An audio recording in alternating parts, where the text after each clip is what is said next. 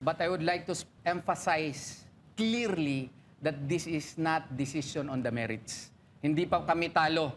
Meron pa pong main decision yung Korte Suprema. Meron pa rin kaming karapatan na mag-file ng motion for reconsideration. Kumbaga sa basketball, parang na-traveling ka lang. Parang Pero hindi ganon. pa tapos yung laban. Hindi pa tapos ang laban. Pakipaliwanag sa amin ano ang talagang in layman's term ng ibig sabihin ng tong TRO na to. Ibig po bang sabihin na to, talo na ang kampo ni Bato? Hindi po. Linawin natin yan ha. Ang TRO is a provisional remedy. There is a final remedy that we are praying. There is likewise a provisional remedy. So ito provisional lamang habang dinidiscuss pa yung merits ng kaso. Gusto lang namin na para hindi po ma-disturb yung factual situation while the case is being deliberated by the Supreme Court, mag-issue sana ng TRO. Pero may mga elemento kasi yan siya, Sir Banat. Meron clear and unmistakable right, material invasion of such right, and then there is grave and irreparable injury that will beset the plaintiff if the writ or if the TRO will not be granted, and that there is clear and absolute necessity, clear and urgent necessity To prevent the damage. So, yun ang four elements. Sa aming palagay, baka I can only speculate kasi on Monday pa makita namin yung decision. So Order. siguro, yung order rather, siguro may elemento lang siguro kami na hindi na-comply. And we would not want to speculate until and after makita namin yung order mismo, which will be issued on Monday. So wala pa yung order. So ano yung lumabas? Hindi pa, yung ano pa lang, Press primer. briefer. Press briefer. Pero is it briefer. normal yung press briefer? Ganyan na ngayon ang ginagawa ng Korte Suprema. So that the parties will be guided, and then later on, the written order or decision will be issued by the Supreme Court. Ganyan na po. Pero ibig po bang sabihin nun parang hindi nakita ng korte yung urgency na kaya tinanggihan yung TRO? Pwede lang, pwede. Pwede. Pero hindi nga namin pa nakikita yung order. So hindi natin alam kung ano yung grounds on the used for the denial of the grant of the TRO. But I would like to emphasize clearly that this is not decision on the merits. Hindi pa kami talo. Meron pa pong main decision yung Korte Suprema. Meron pa rin kaming karapatan na mag-file ng motion for reconsideration. Kumbaga sa basketball, parang na-traveling ka lang.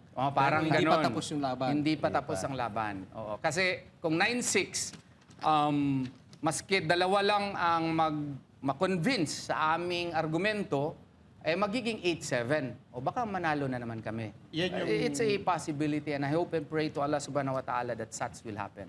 So yan yung i-reco nyo, di ba? Yes po. Pero meron ding mainit na issue na lumalabas ngayon na bakit hindi na lang daw habeas corpus ang inyong sinampa instead of the TRO? Well, simple. In a, what you call this, petition for habeas corpus, no? Iklaro ko lang kasi may mga kaibigan din tayo, no? Na ginagalang natin elders in the profession. In a petition for habeas corpus, there is a person who is deprived of his liberty against his will. Yes. So, you file this petition in court, you produce the body. Yun yung ang meaning yan. Ang sa amin kasing palagay, I hope our elders in the profession would understand. Simple question. Who will be the illegal custodian? Who deprived him of his liberty? Isn't it a fact that it was Senator Bato himself who went to the Senate? Alam nga naman gawain naming respondent doon, yung Senado. Hindi naman po pwede na i-respondent namin yung NBI. Ang NBI nga yung gustong pumasok. Kung i-file namin yun, it will be given, no? It will be treated by the NBI as a license. Oh, nag-file kayo ng petition for habeas corpus and ginawa niyo kaming respondent. I have the obligation now to arrest you so that we can present you in court. Kasi ang illegal custodian will be ordered by the court to present the body in court. Para kaming kukuha ng bato, ipatok sa aming ulo at bigyan ng lisensya yung NBI na dakpin siya para ma-present siya sa korte. Pero Atty. Torion, ito muna, bago tayo pumunta doon sa part na yun, hindi ba ibig sabihin nung tao na nagsabing habeas corpus na yun is pinipigilan siyang lumabas? So, Deprivation of liberty nga. yon, oo. Hindi rin kasi it has always been the stand of the Senate that he is always free to leave because there is no local warrant of arrest. And that he is free since there is no local warrant of arrest that has been issued. So he can enjoy his Bill of Rights. The foreign warrant of arrest has not been validated here in court. There is no judge which issued a local court. So he's a free man. That is the stand of the Senate. So therefore, technically, when he was in the Senate, from the point of view of the Senate, at least the majority thereof, there is no deprivation of liberty. Pwede pa siguro petition for issuance of writ of amparo. Pero that's another Teka, matter. mahabang usapan, Oo nga. mahabang usapan yan. No? So, ibig sabihin, when you, pag kayo ng habeas, ibig sabihin, kailangan ipresenta nung Nung illegal pumipigil? custodian. Oo, yun. Na sa korte. Paano natin sinong i-respondent ko? Ang Senado. Isingit ko lang to. Ang ibig sabihin kasi po ng habeas corpus is show me the body. Latin yan for show me the body. May apat na elemento yan, kailangan natin pag-usapan.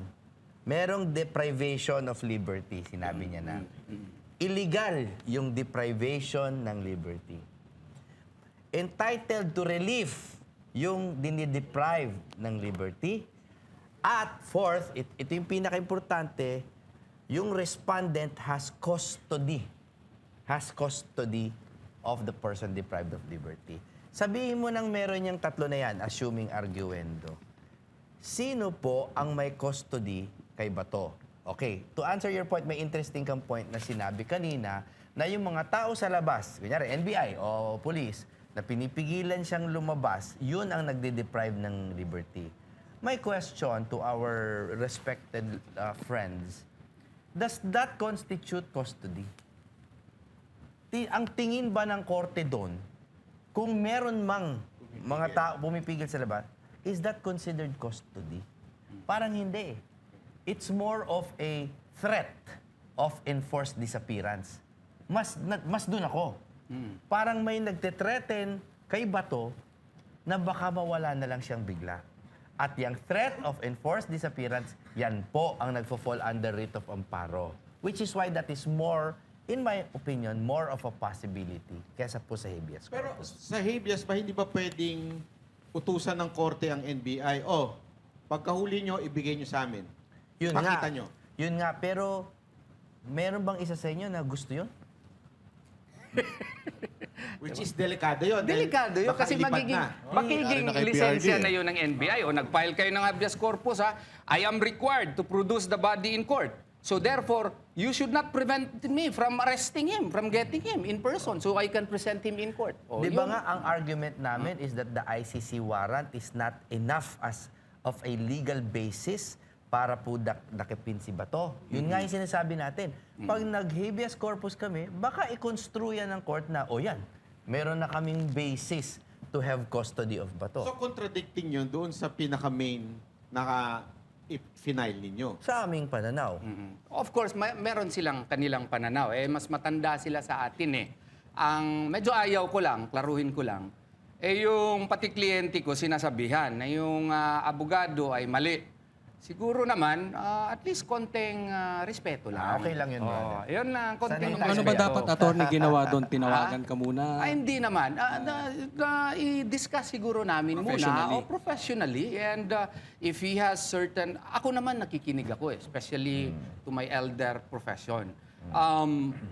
But just because I am respectful does not mean that I am a wimp.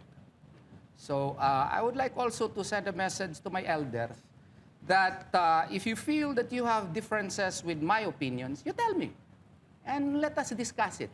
Do not announce it to third persons that I am wrong. Tell it to me and in a very polite manner because I respect you and I expect the same respect. And besides, kayo pinagkatiwalaan ni Bato. Pero allow me to put a parang middle ground argument here. Totoong-totoo na si Atty. Torion has been so respectful at ang haba po ng pasensya. Gusto kong i-stretch yung aking utak. Unawain kung bakit sila naggaganyan. No? Feeling ko yung passion talaga nila for Bato, yung fear nila na mawala si Bato. siguro nati-take over na rin sila ng emotions nila. Ang request namin syempre is siguro more communication with us rather than communication with third persons. Rest assured, we listen to them. We revere them. No, so, we do not claim to be better. It's just that right now, ito po ay bigay ng sa amin po lumapit itong tao na ito at that's God's will. Hindi kaya dahil dito sa pag-deny ng TRO, kaya ngayon, siguro, tama yung sinabi mo, frustration na kay Bato, syempre, na nagtatago ngayon si Bato, ganyan-ganyan. At ngayon, naglabas na ng manhunt operation dito. Maybe siguro isa yon sa mga frustration. Yes, Kasi- but this is my point, no? The worst thing that we can do as allies of Bato is to turn against each other, to turn on each other. Kasi nga po, iisa po yung purpose nating lahat, bukas naman ang linya natin sa isa't isa, at alam naman natin na ang lahat po ng makinarya ng gobyerno, I will bravely say this, alam naman natin lahat ng makinarya ng gobyerno, armamento ay nakatutok sa mga Duterte. Posible pang magamit siya ng kabilang kampo di ba? Correct. So, divide and rule, divide and conquer should not work on us. So, I think communication in any kind of relationship from personal to professional should be valued. Ito lang how I respect my elders. No? Right after we received the comment of the Solicitor General, in our humble law firm kasi, we have a system. I have adopted that system a long time ago. If we handle cases, I give it to my most trusted lawyer, Attorney Resi Rizada.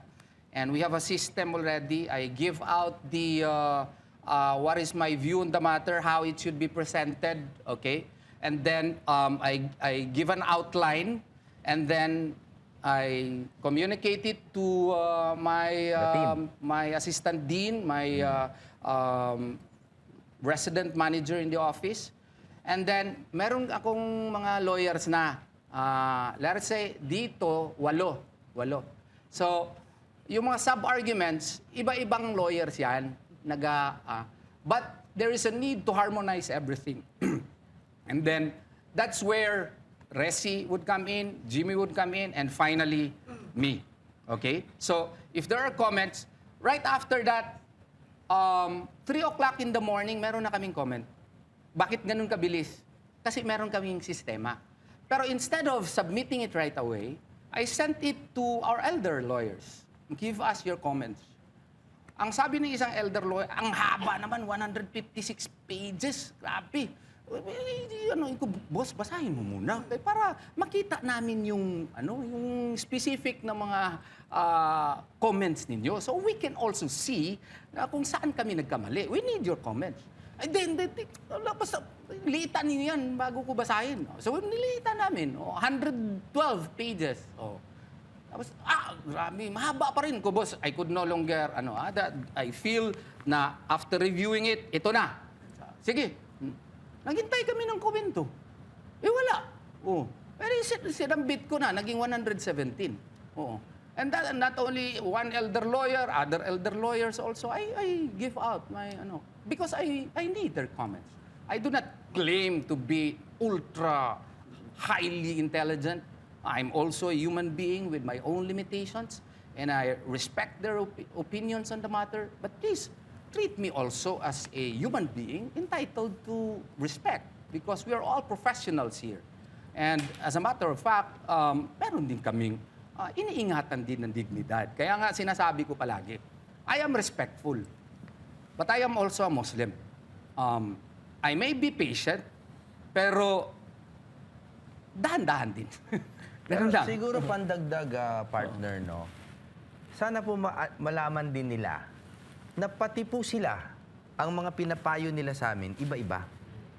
No, so baka po akala nila, it's them against us. Hindi po. Kuminsan, pati yung payo ni A sa amin ay iba kay B, iba kay C. So it really puts us in a very difficult situation. And siguro as they are very experienced people, not just lawyers, siguro naman maintindihan nila that we cannot take everything that they say hook, line, and sinker. That said, we respect them and we await their kind counsel.